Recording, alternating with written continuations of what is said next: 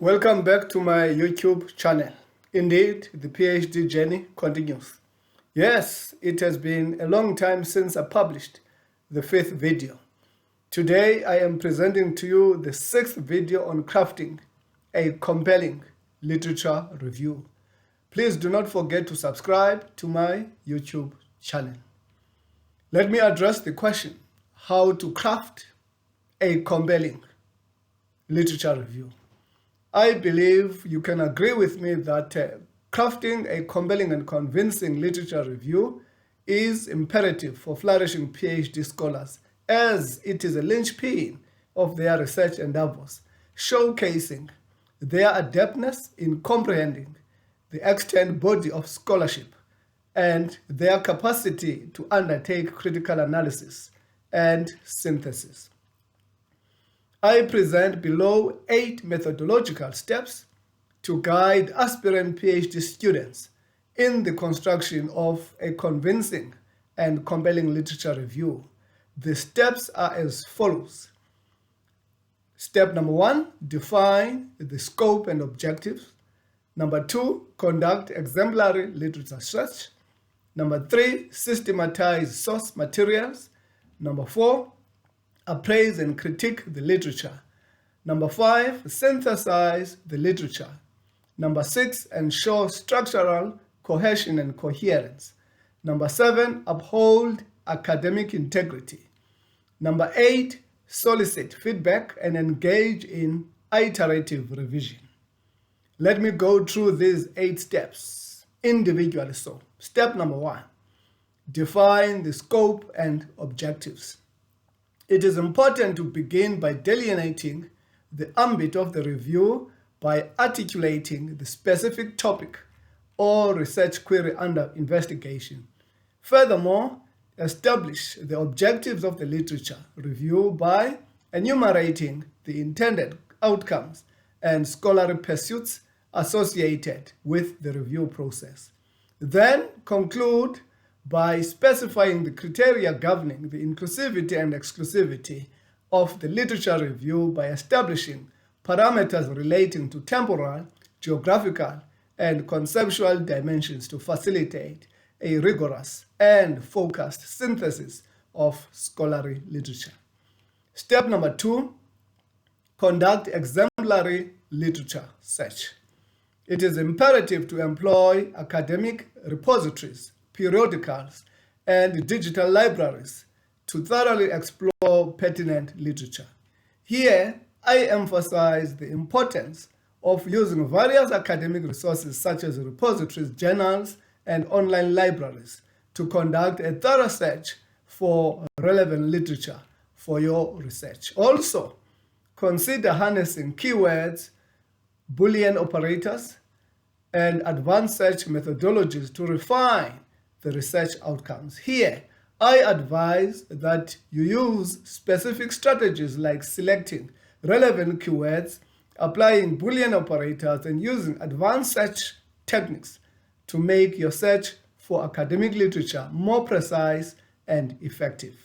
Finally, endeavor to incorporate seminal contributions alongside contemporary publications to ensure a holistic grasp of the subject matter. This statement underscores the importance of balancing classical and seminal contributions with contemporary publications to develop a thorough understanding of the subject matter, integrating historical context with current knowledge.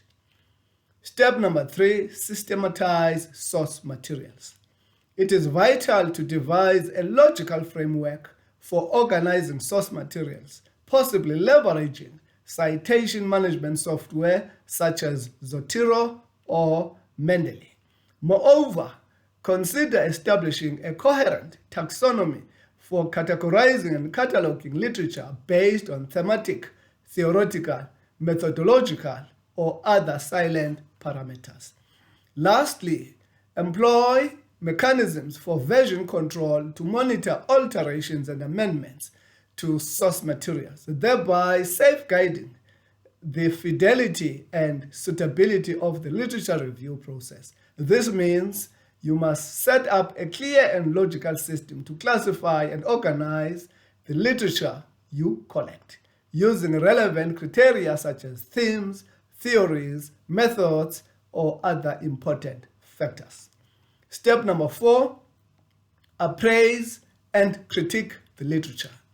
It is important to undertake a rigorous evaluation of the credibility, relevance, and scholarly integrity of each sourced work, considering authorial credentials, publication provenance, and methodological rigor. Next, engage in critical analysis to discern the strengths and weaknesses inherent in each study, discerning gaps, contradictions, or areas of contention.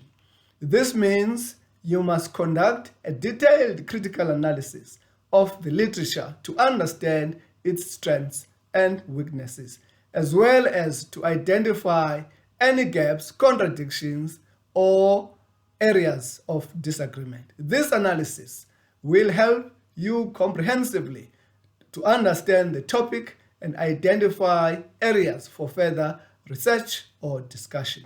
Last, foster comparative analysis to juxtapose disparate perspectives and findings, thereby elucidating convergent themes or divergent viewpoints. This means you should conduct a comparative analysis of the literature to highlight both areas of agreement and disagreement among scholars, ultimately contributing to a deeper understanding of the research topic. Step number 5, synthesize the literature. Synthesize the array of literature into a cogent narrative that reflects the contemporary landscape of knowledge about the research topic. This means you should combine the various sources of literature you have collected into a clear and cohesive story that accurately represents the current state of understanding about your research topic. Then, identify overarching themes, discernible trends, and prevailing theoretical frameworks emanating from the corpus of literature. I propose that you should examine the literature to uncover common themes, trends, and theoretical frameworks that emerge across multiple studies, providing insight into the current state of knowledge on the research topic. You end by accentuating points of consensus and discord among scholars while expounding upon the ramifications for subsequent research endeavors. This suggests that you should conclude your literature review by emphasizing both areas of agreement and disagreement among scholars and discussing how these findings influence or inform future research endeavors in the field. Step number 6, ensure structural cohesion and coherence.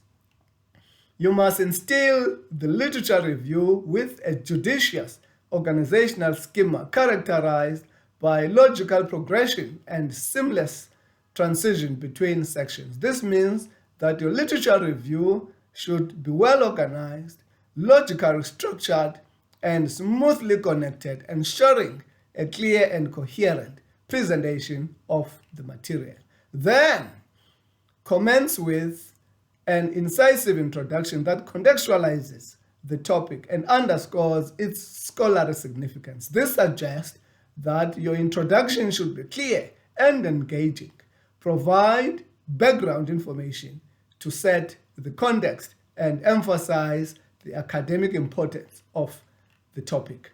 Next, systematize the body of the literature review thematically, chronologically, or methodologically, contingent upon the exigencies of the topic and the research objectives. The statement suggests that you should arrange the main part of your literature review to best fit your topic and research goals, whether by themes, timeline, or research methods. Lastly, finish with a brief synthesis that encapsulates the principal findings, delineates their implications, and proffers avenues for future scholarly inquiry. Step number 7, uphold academic integrity. it is vital to adhere to meticulous citation practices, adhering pedantically to the prescribed citation style, e.g., American Psychological Association, mostly used in education, psychology, and sciences. Secondly, Modern Language Association, mainly used by the humanities. And thirdly, Chicago, which generally gets used by business, history, and fine arts. Next, vigilantly avoid instances of plagiarism by employing faithful paraphrasing techniques and diligently attributing the ideas and findings of others. Practically, this means you must be meticulous in rewording sources accurately and always giving credit to the original authors to avoid plagiarism. Lastly, always acknowledge the inherent limitations and biases pervading the extant literature, striving to furnish a judicious and even-handed analysis. Step number 8, which is the last one. Solicit feedback and engage in iterative revision. It is important to solicit feedback on the draft literature review from academic mentors, peers, and colleagues, soliciting constructive critique and scholarly insights. In other words, always seek helpful and informed feedback from knowledgeable individuals to improve the quality of your literature review draft. Conclude by iteratively refining the literature review in light of the received feedback, effecting enhancement in terms of clarity, coherence, and argumentative rigor. I mean, constantly revise your literature review based on feedback to improve its clarity, logical flow, and strength of arguments. Through meticulous adherence to these methodological steps, aspiring PhD scholars can construct a literature review that not only evinces their mastery of extant research, but also lays the groundwork for their substantive contributions to the scholarly domain. This is the end of the video. Once again, please do not forget to subscribe to my YouTube channel. In the next video, the 7th one, I shall be explaining to you what you need to do to produce a resounding research methodology. Cheers for now. Please subscribe to my YouTube channel. Thank you.